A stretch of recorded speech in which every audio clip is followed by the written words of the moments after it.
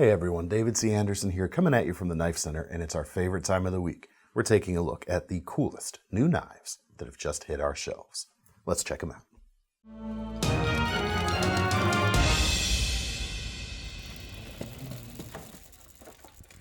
All right, we just finished filming this whole video actually when the kind people upstairs informed me we just got these knives in. The Shirogorov Ursus KnifeCenter exclusive, coming in $625 for these versions. And for it, you're getting an impeccably machined folder, titanium handles, micarta inlays front and back with that black and orange kind of coral look. I so often have, in the past, have mistakenly called this G10 because I'm so used to seeing this pattern on G10, so apologies on those older videos. Blade here, we've got a almost 4-inch trailing point profile, a Chromax powder metal blade. Not a lot of info on Chromax out there currently, but from what I can tell, edge retention should be pretty good, but the toughness should be pretty good. Pretty good as well, which is always cool on a knife like this. It's going to have a very thin edge. We've got an almost full flat grind with a very thin and consistent edge, so that extra toughness is going to be quite nice. Great slicer overall with that type of profile, folds up quite nicely in the pocket, as you can see from that closed position. And with the single row bearing system on this knife as opposed to a multi-row system, one of the things that differentiates the more affordable Shiros, and yes, the $600 plus version is one of the more affordable Shiros. The more expensive ones are going to have the MRBS system is as a contrast. Really cool knives, just fantastically built. I've always kind of said, if you dig the kind of level of precision you get with a Chris Reeve knife, but you want something with a flipper, give these guys a look. So as you can hear, I still haven't got all of my voice back. Been fighting off a nasty cold, but I got my dram here and we're gonna fight through it. So thanks for sticking around. First thing up today is a very cool knife.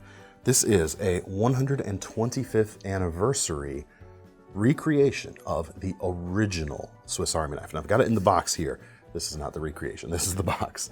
I've already taken off the red sleeve that comes around it to make it a little easier on camera. But they went all out on this knife, starting with the packaging. Truly kind of creating a display piece with the packaging itself. You've got a bit of history going on. What's the word? Written, printed, embossed right there. Opening the whole thing up. You've got a display piece with the cardboard. Inside, you've got this capsule.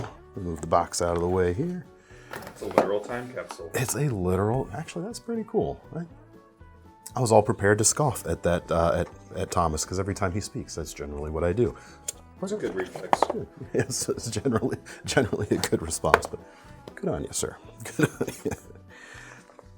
There we go. There's the knife. It comes in a little canvas sleeve. I think it's canvas anyway.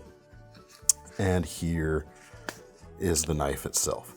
Wood handles, I believe, actually I don't know what wood they are. I thought they were walnut, but I'm not sure. We don't have it listed on the site, so I'm not gonna commit you to something. The cool thing about this is the original tools are all here, and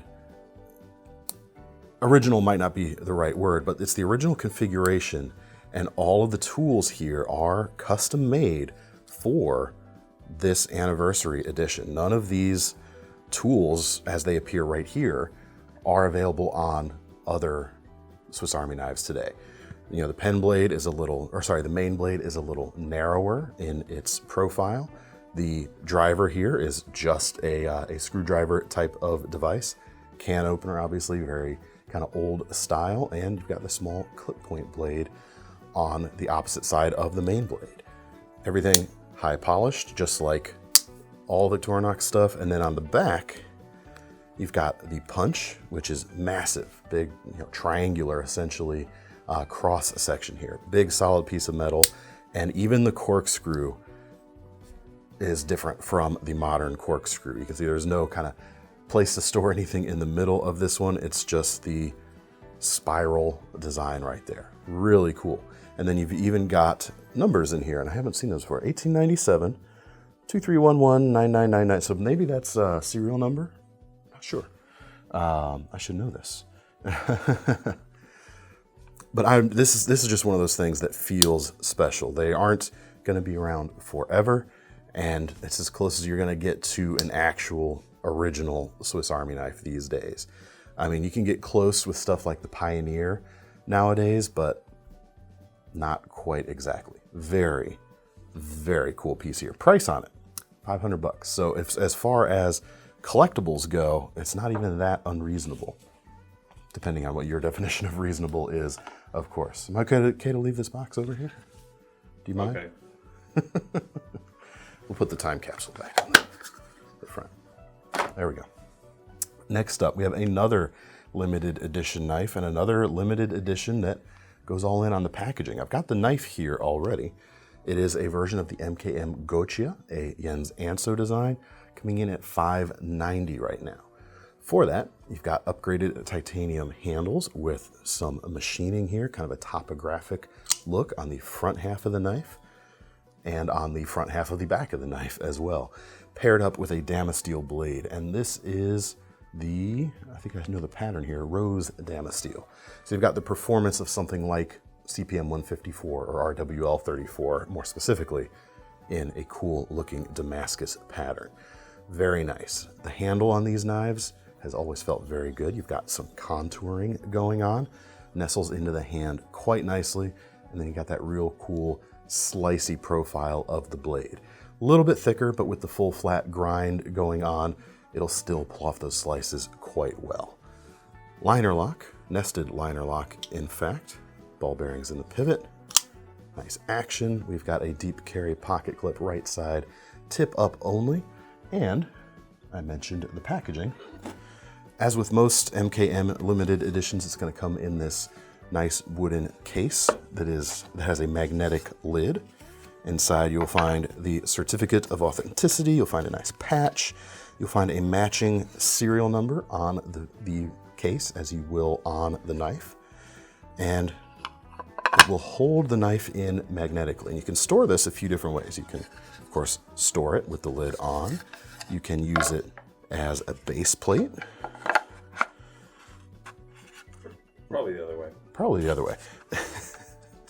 It works, but more likely you're going to use that as kind of a dump tray, so to speak. You can keep either the certificate in there or your daily EDC stuff will fit. And then, of course, the last configuration that this will work in is the tented configuration, so it can sit on a tabletop about like so, which is all really cool. And if you've got a collection of limited MKMs, they all come with this this type of box, so it makes the collection even that more impressive, so to speak. And it's a really cool knife, even so. All right, next up, we've actually got a lot of automatics to talk about. This first one is a prototype from ProTech, a protectotype, if you will. I won't. You don't have to, that's fine, that was bad. Really cool knife, and it's a prototype because they're using a new steel here, and it's new for them. And you'll see prototype there on the back, which is also pretty cool.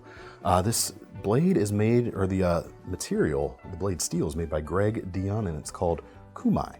CU for copper, and MAI, like Sanmai, Sanmei, that type of construction. So you've got Damascus outer layers, a strip of copper, and then the center layer of your actual cutting edge right there, which I'm not sure what the configuration of that center is. I'm sure it's good quality stuff in any case. ProTech tends to not use anything that's not quality, but really creates a cool look.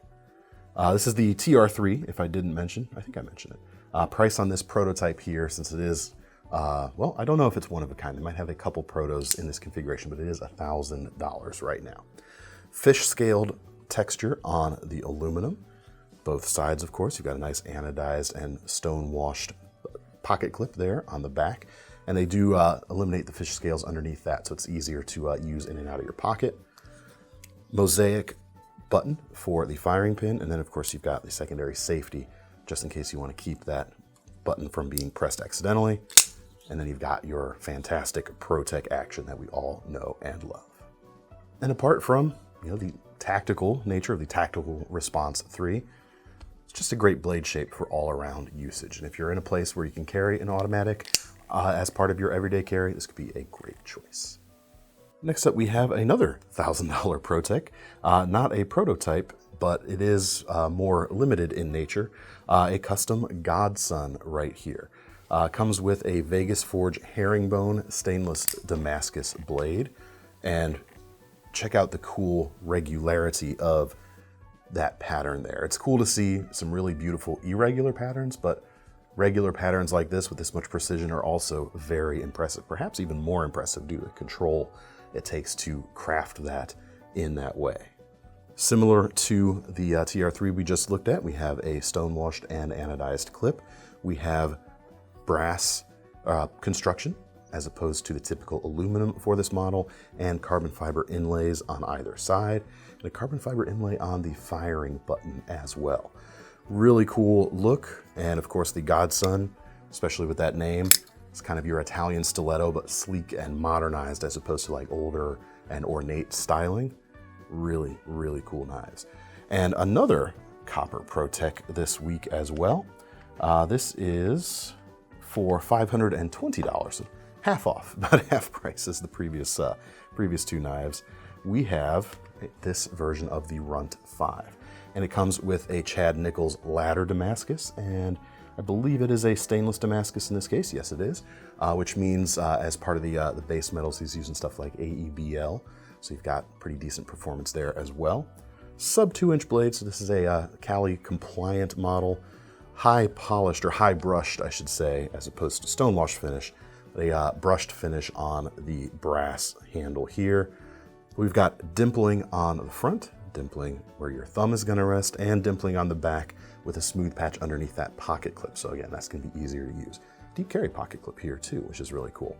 And a hidden lanyard point there, and a mosaic firing pin. I always love that particular detail. I've always been a fan of mosaic pins on a fixed blade, so to have them as part of the firing button, I just always think is great. And you still got that ProTech action, of course. Next up, we've got a restock of the Microtech collaboration with Boker blades, the Stitch folder, right here in the fully serrated version. Price on these $433. Very big, aggressive, tactical knife. Has that definite kind of Boker blades style, but with the Microtech type of construction for their automatics. And I know those two guys are kind of thick as thieves, so it's cool to see them collaborating on a knife like this. 3.6-inch blade or thereabouts, currently in M390 on this batch. Nice heavy stone-washed finish, and that aggressive modified Wharncliffe style blade that's going to make a great tactical option as well as being just a heavier duty utility blade for your daily use too. Aluminum handles, single position pocket clip, 2 robust screws holding that in, and it's nested in the back there to give it a little bit of extra stability.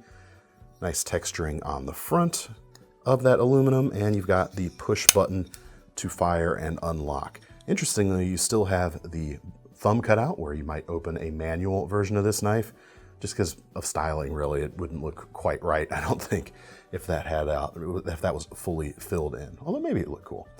And then you've got that nice texture on the thumb switch to help you find it and launch that blade very effectively. Next up, probably one of the more interesting Microtechs I've seen in a while, a rescue version of the Combat Troodon. These do not come around very often, and they're typically priced quite high. This one is as well. $1,430 right now for it.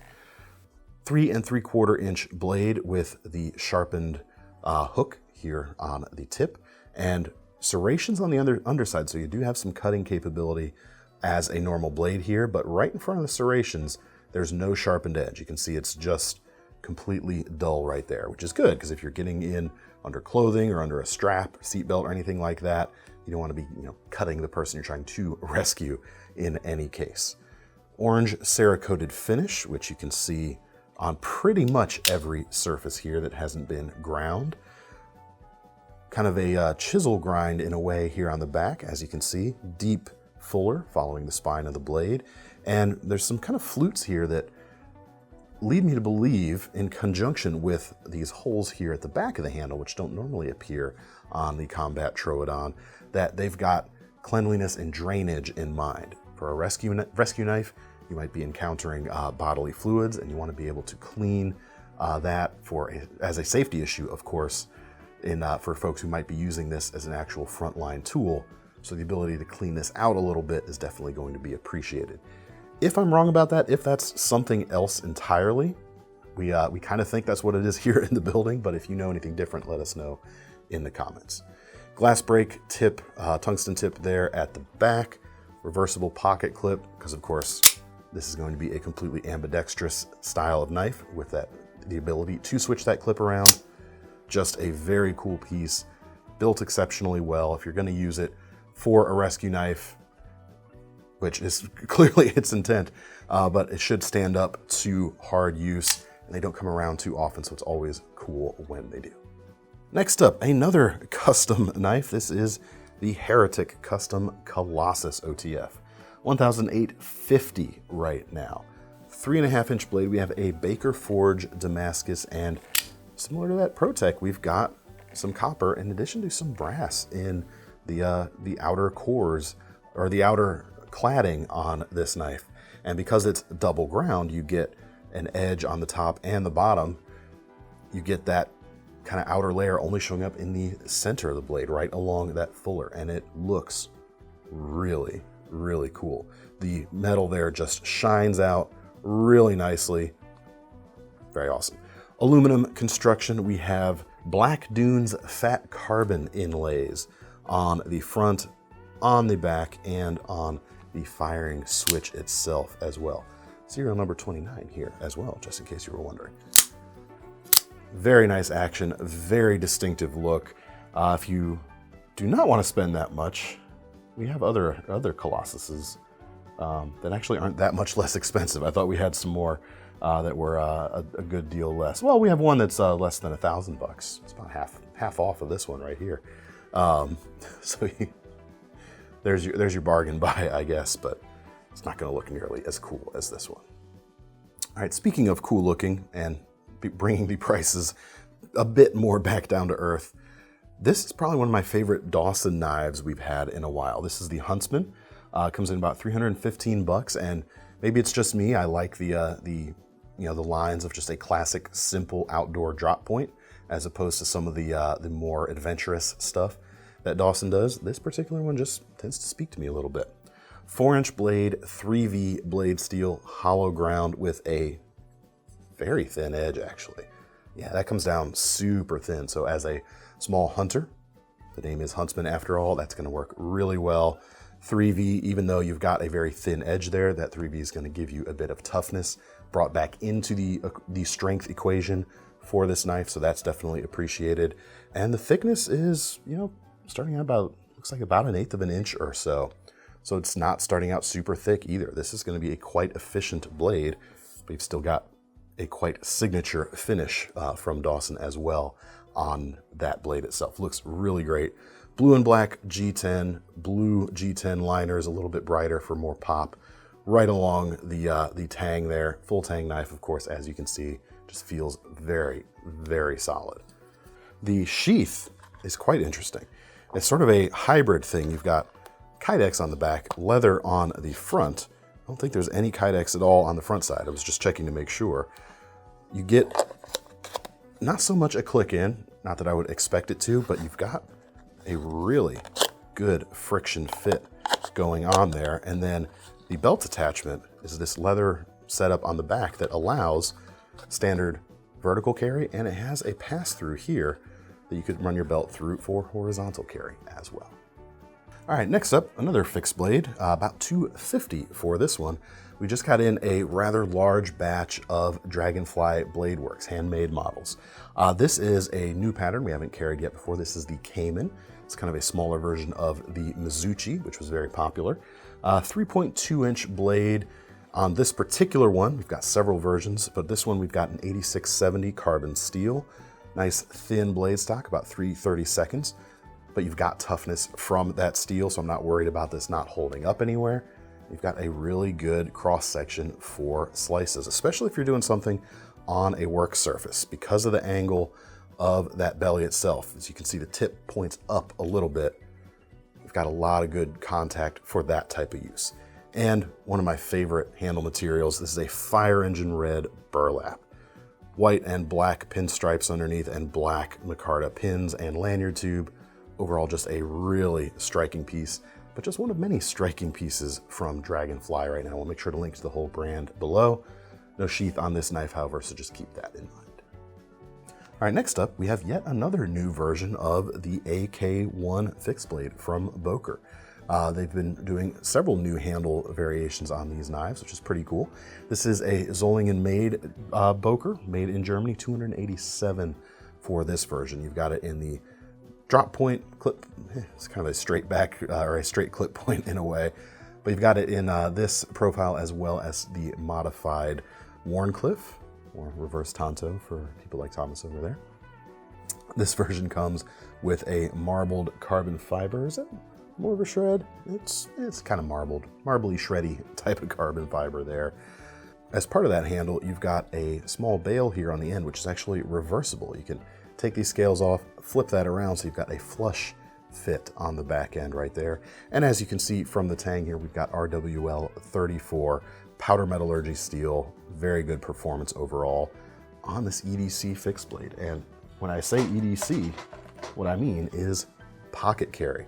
Check out that nice leather sheath with the ulti-clip sewed right in, so you can set it in your pocket, clamp it down so that sheath is not going anywhere, and then you'll have a very easy time, easy time getting to your blade on a day-to-day basis. Next up, and this is pretty big news, Schrade has brought Sharpfinger production back to the USA. Or at least there is a USA-made version of this knife now available again. This is coming in at $90 too, so decently priced for what you're getting here. You've got a 1095 carbon steel blade, high polished finish with hollow grinds, relatively thin, but not super thin behind the edge. Great skinning knife, of course. It's what it's intended to be. I also thought these always make good steak knives too, but that's just me personally. Fantastic little design, easy to control in a standard grip or with your tip out there near the front. Got a great sweep to that edge when you hold it like that. Actual bone handles here on this one too, with sort of a, I don't think that's a genuine saw cut texture. It's almost like a faux saw cut texture on it. Chestnut bone, they're calling it, however, and the nice little old timer crest there in the middle. And because these were in, I just had to go rifle through my my storage and find my old USA-made Sharpfinger just as a contrast. And it is a little bit different. First, it's well patinaed, as you can see. I know it's a carbon steel. I'm not sure if it's 1095 or not, this old one. But my old one is flat ground. I used to think it was convex because it's a little tricky the way things kind of blend in here, but it's actually a flat grind as opposed to a hollow grind. And the handles are a decent bit thicker on this old one as well. I gotta say though, I think I prefer the thinner versions on the new one. Also, the handles on my old one are not bone. These are Delrin with another kind of faux saw cut texture on it and a different old timer crest there in the front. Still, I'm really glad to see these back as a USA made item because it's kind of a classic American knife pattern really, and I like that it's back. Sheath is also pretty darn close to my old sheath on we'll say original for lack of a better term here. Same design, snaps are obviously a little bit different, and my old one has a couple extra rivet points that the new one does not, including one here behind the retention strap actually that I just noticed, but all in all, very faithful. It's the Sharpfinger, it's back, and that is really, really cool. We've also got another USA-made Schrade here. Schrade. USA-made Schrade. Coming in at $72. This is the Generational Series 2-blade trapper. And actually, the Sharpfinger is also part of the Generational Series. So that's an easy way to make sure you're getting the right one. Look for that terminology here. And this is just a nice, kind of compact, smaller trapper style, 2-blade trapper. 3-inch closed profile, 1095 carbon steel again, hollow ground blades with your long clip point and that spay blade, which has a little bit more point than some spay blades I'm used to, but I like it. And that same chestnut bone for the handle covers on each side. Really nice. Nice smooth opening and closing. It's not super like fingernail snapping and you don't have a half stop, but it's not weak at all. It is very, very nicely done. Very cool. Well done, Schrade. Next up, we've got another trapper, but we've got some stuff here from Smith & Sons. I showed you the new Shoal fixed blade last week, but their folders are back now as well. These are actually made by Mazarin for Smith & Sons, as opposed to the fixed blades, which they make in their shop in Louisiana. This trapper comes in about $119 right now. And it's a single blade trapper with your long clip point, full flat ground D2 steel with a nice stone washed finish. This one has a cool burlap micarta handle in natural. A few different colors are available right now. It's a liner locking knife. You do have a pocket clip. You've got, yeah, great ergos overall, but you've got that classic trapper styling with modern conveniences, which is exactly what they're going for with their folder series. And it fits perfectly with the rest of the Smith & Sons lineup, I do believe. Folds up nice. Let's see, can we pop the blade open? No problem whatsoever. Feels great. Performance is going to be excellent. And you've got those excellent vibes as well.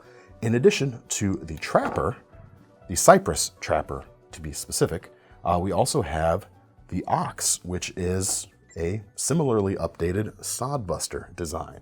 $139 for this one. You've got a 3-inch D2 blade, high flat grind with that classic big-bellied Sodbuster blade profile, and G10 handles, a few different colors right now.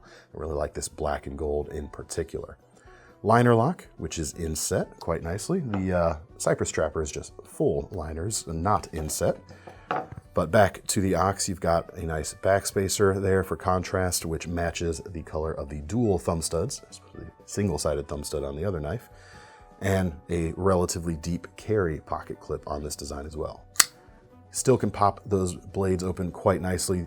These are all running on washers as opposed to ball bearings, so they're going to be easier to keep clean, especially when you've got D2 running on ball bearings. It's an easier way to help keep moisture off the surface of the blade that way. Sodbuster's always been a great, just general purpose, hard-working knife, and this definitely keeps that tradition going. All right, how about one more trapper? We've got a new case trapper here, and it may look a lot like the old case trapper, but it's not quite the same. $68 for this one right here. You've got their chrome vanadium carbon steel blades here, which I always enjoy seeing. Really cool red jigged bone covers. You've got the case logo there too. Closes up nicely. But here's the interesting thing. Pocket clip on a classic case slip joint. Not something you see too much of, but you see it right here. So you've still got all the benefits of the classic vibe, but you have the benefits of that clip to keep it from rattling around and getting stuck up in your pocket, which is pretty nice too. As to how it feels in the hand, I actually haven't gripped the knife yet. You don't even know it's there, which is going to be very important on this style of knife in particular, I think. To get the convenience of that clip, you don't want to feel it. You don't want it to get in the way of just your classic utility of a classic slip joint like this. You feel it a little bit in these pinch grips, but because it's not something like a deep carry clip and it folds under as opposed to over, it does not compromise the pinch grips on this knife at all. Really well done, well thought out decision there by Case. All right, next up we've got a new series of marine grade knives from Buck. And I'm gonna pronounce this the way my wife would pronounce this because she is from New England originally, which is of course a region in the northeastern United States. And she is from New Hampshire that has a town spelled almost exactly like this series. This is the Hookset. Hookset, maybe if you want, but I got to show solidarity with the wife. This is the Hookset series. The first one, well, in addition to several fillet knives, a 6-inch and a 9-inch version, as well as a 6-inch folding version, I'm more impressed or more taken with these two larger knives in the series right here. I'll start with the breaker knife. which is what they call it, comes in at a cool $38 right now. 10-inch blade, 5CR series stainless, bit of flex to it, which is nice. And if you're unfamiliar with what a breaking knife is, or a breaker knife, it is something you see a lot in like butcher circles. Big honkin' slicer, essentially, like this, for breaking down larger cuts of meat. Really cool profile, and I love the idea of both of these knives as a camp kitchen setup as well, in addition to the marine applications that they're intending these for. Even this one right here, it's got a decent rock to it. It kind of hits a little solidly. You don't have a soft roll on the back, but you could do a lot worse for your camp kitchen knife, your camp food prep knife, than this right here. The sheath is injection molded, clicks in nicely. You've got plenty of drainage holes, so you'll be able to keep this fairly clean as well. Very important whether you're breaking down animalia or you're breaking down your latest meal. And we've also got, they call it the cleaver. It's kind of got a chef knife shape. Comes in about $30, but it's not strictly it's not strictly optimized, should we say, as a chef knife, without a higher grind here for a little more efficiency. But still, you could do a lot worse than throwing this in your camp cooking setup. It's going to do great for that sort of thing.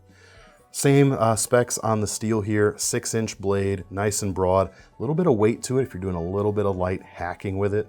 Certainly go through fish bones, no problem with something like this. Really cool series, and I'm glad to see Buck still doing some things like it in its lineup. Well, that's it. That's all I've got to show you this week. If you want to check them out further or get your hands on one, links will be in the description. They'll take you over to KnifeCenter.com. And don't forget about our Knife Rewards program, because when you're buying one of these knives today, you might as well be earning some free money to spend on your next one. I'm David C. Anderson from the Knife Center. That's Thomas behind the camera. We're signing off. See you next time.